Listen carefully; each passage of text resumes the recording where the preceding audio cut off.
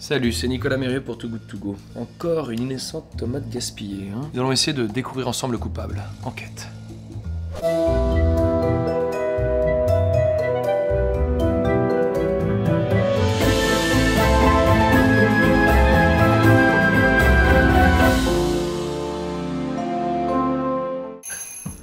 Voilà, j'ai fait un cauchemar, j'ai rêvé qu'on jetait chaque année 10 millions de tonnes d'aliments à la poubelle.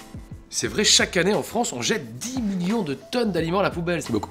Comment ces produits se retrouvent-ils à la poubelle? C'est ce qu'on va essayer de découvrir ensemble. Tout d'abord, il y a ce qu'on appelle les fruits et légumes moches. Dès l'étape de la production, ces produits peuvent être jugés impropres à la consommation car ils ne répondent pas aux normes de calibrage. On estime qu'à cause de leur couleur, de leur forme ou de leurs défauts, ils ne sont pas assez sexy pour trouver preneur sur les étals. Alors que leur saveur ou leur qualité nutritive ne sont en rien impactées. Là, on est clairement sur un délit de faciès. Alimentaire, mon cher Watson. Mais le gaspillage ne s'arrête pas là, oh que non! Là, on n'en est qu'à l'étape de la production. Mais entre le stockage, les usines de transformation et la mise en rayon, c'est une véritable hécatombe pour nos amis les fruits et légumes. On perd des patates, des céleris, des choux-fleurs. Pour les céleris, je suis d'accord. C'est pas très grave, mais quand même.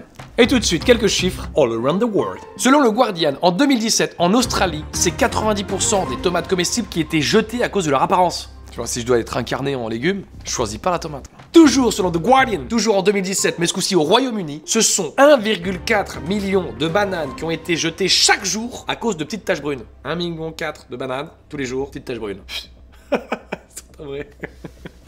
Un dernier pour la route? 3700 milliards de pommes sont jetées chaque année dans le monde avant même d'arriver dans nos foyers. Ça fait carrément flipper.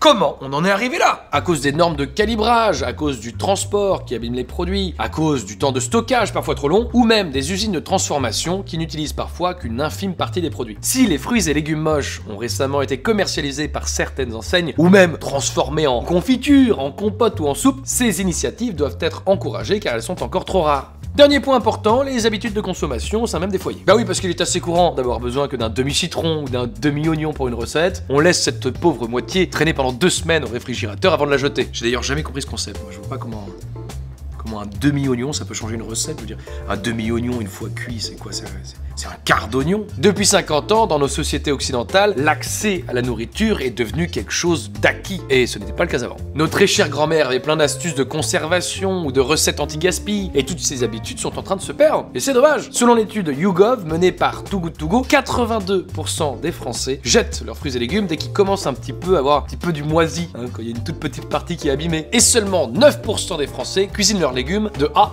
à Z. Moi, par exemple, je me suis toujours pas mis à cuisiner les fans. On doit tous progresser de toute façon.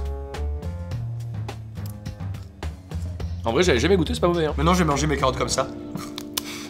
La surconsommation de nourriture est devenue une norme, tout comme le gaspillage alimentaire. Mais ce que nous offre la planète a un prix et l'addition commence à être salée. Et là, c'est le moment où vous me demandez...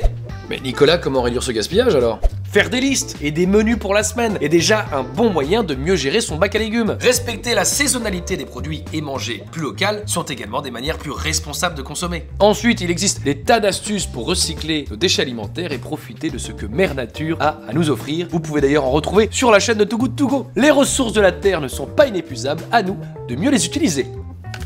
Et voilà, c'était alimentaire, mon cher Watson. Pensez à vous abonner à la chaîne de Too Good To Go, hein, puis regardez peut-être même les autres vidéos si vous voulez en apprendre un peu plus sur le gaspillage alimentaire. Il y a plein de petites choses qui ont été faites avant moi, et la suite arrive très vite.